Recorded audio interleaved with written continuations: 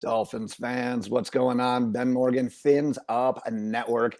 Thursday, we got a little bit of Dolphins news to report. We will kick it off today. The Dolphins released their 2023 training camp dates and schedule. Now, this features 10 practices that will be open to the fans. You do have to have a ticket for that. The ticket is free, but you can go on their website and sign up to get those tickets. It does also feature joint practices with the Atlanta Falcons on August 8th and 9th. That's the week that leads up to those two teams' preseason game against each other's. They do also have joint practices with the Houston Texans. That's August 16th and 17th. However, that's one's not in Miami. Those practices will be in Houston leading up to that preseason game, which is on the road as well. There is a team scrimmage in Miami, August 5th, that is open to the public. And you can see on the scroll all of the practices that are open to the fans. Now, obviously, any day that fans, media are allowed to watch these training camp practices, we will have a report. So get subscribed if you have not already. Plus, I've got some good training camp preview videos that'll be coming out over the span of the next few weeks. So stay tuned to those as well. However, besides just the training camp date announcements, as you can see from the title of this video, I want to go over the latest surrounding Dalvin Cook and Tyreek Hill. I haven't gotten a chance to talk about Tyreek Hill yet, so I'm going to take the opportunity to do so now. However, let's get started with Dalvin Cook, if I can find my note on Dalvin Cook. So the latest I have got, everything is fluid in this situation. Anything can happen at any time. Let's put that out there. However, how I'm understanding it right now, expect the wait to continue on for a little while before we get any clarity in this situation. Obviously, right now, just in general, it's most free agents, but it's Dalvin Cook and it's other free agent running backs as well. We're not seeing any movement on that front right now. And the big reason we're not seeing a lot of movement is that these current free agents are sort of waiting to see how things play out with each other and with the running backs that ended up getting the franchise tags from their teams. Now, teams have until July 17th to sign that franchise tagged player to a long-term deal. So seeing how things play out with these potential deals may have to be the first domino that drops before we see these other free agent running backs start signing. So keep that July 17th date in mind. Like I said, things can happen before then, but that just may happen to be the first domino that falls before we see these free agent running backs starting to come to agreements with teams as well. Because you've got guys like Saquon Barkley, Tony Pollard, Josh Jacobs, all ended up getting the franchise tag. So we got to wait, probably get a little bit of clarity from those situations after the 17th. And then you've got the free agents. It's the Dalvin Cooks, the Leonard Fournettes, Zeke Elliott, Kareem Hunt. Things will start slotting in from there with those guys as you see kind of who lands where the money falls. But my contact that is connected with the team told me that Miami Dolphins will get the last right of refusal on a running back such as Dalvin Cook. And what's that mean? That means that any team that would exceed the Miami Dolphins offer, Dalvin Cook's agent will check with the Miami Dolphins to see if they're interested in matching or beating that offer. So the Dolphins will have that last right of refusal, essentially, for Dalvin Cook's services. So once again, something to monitor, but yet something that could happen at any time, but don't be surprised if it's going to take a little bit more time with that July 17th date kind of being that first domino that falls.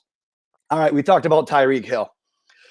Let's get on to that. I have my "This Team Makes Me Drink" shirt on for a reason today because the victim in the alleged assault appears to, yes, indeed, be pressing charges right away. It sounded like he wasn't. Things sort of changed. Now that victim is indeed pressing charges based on the latest reports. Now, I did see a few things online, and I want to say right away, always be careful with things that you see online. You got to kind of vet who you trust, who you don't trust.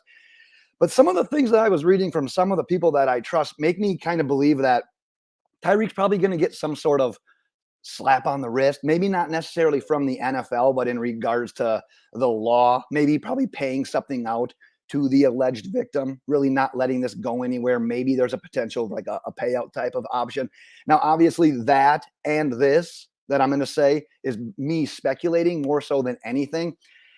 I honestly, if I had to make a prediction today, I don't think we see any sort of suspension coming down from the NFL. Like I said, that is 100% me speculating there. I want to put that out there. I just don't think the makings of this, everything I've heard about it so far, really has the makings of a suspension type of allegation.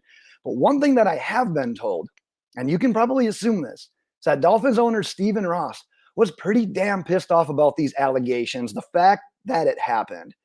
And the fact that it happened to Tyreek Hill, he's not mad at something that happened led up to it. He's pissed at Tyreek, as obviously any NFL owner would be about allegations that happen to your team's star, one of your top players. So, more so than anything, these allegations, like I said, I haven't had a chance to talk about this. It's just another unneeded distraction that the team's got to deal with now in June before training camp. We sort of thought, what's the unneeded distraction we already have? Connor Williams and his holdout. And then we've got the contracts with Sealer and Wilkins and everyone else that wants a deal. Well, now we've got another one, and it's the Tyreek Hill, and it's the potential of the NFL actually handing something down.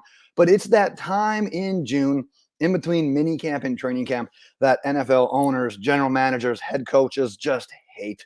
They're just holding their breath, crossing their fingers that these players don't do anything. And now we got one of our own, and not just any guy either. It's Tyreek Hill of all things. Ends up with these kind of charges. And as you can see, and as I said, Stephen Ross is obviously pretty pissed off about that.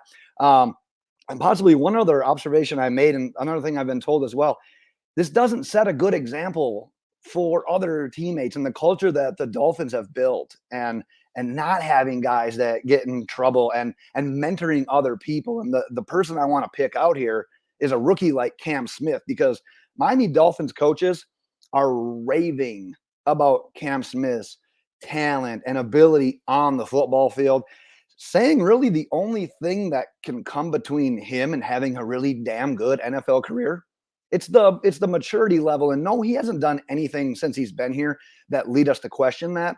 But it's the red flags you see from like the pre-draft reports. Says maturity was a thing that he's going to have to work on at the next level.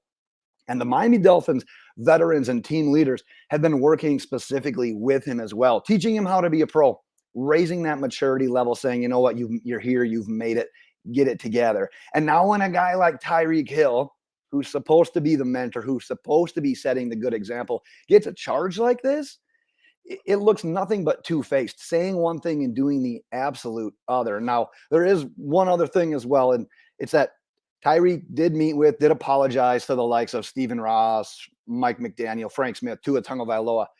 But at the end of the day, apologies are one thing, and then a potential suspension or penalties handed down from the NFL are a completely other thing. So yet another thing for us as Dolphins fans to drink about, to think about, to monitor as the offseason continues.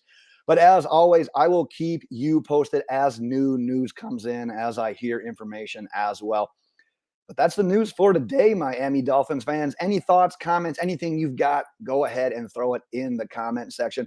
Like I said, get subscribed. I'm going to be having a lot of pre-training camp videos coming out here, position breakdowns, potential cut guys, potential long shots to make the team. A lot of good stuff to scratch that Dolphins itch before the training camp practices do start. But that's my time for today, Dolphins fans. Until next time, fins up.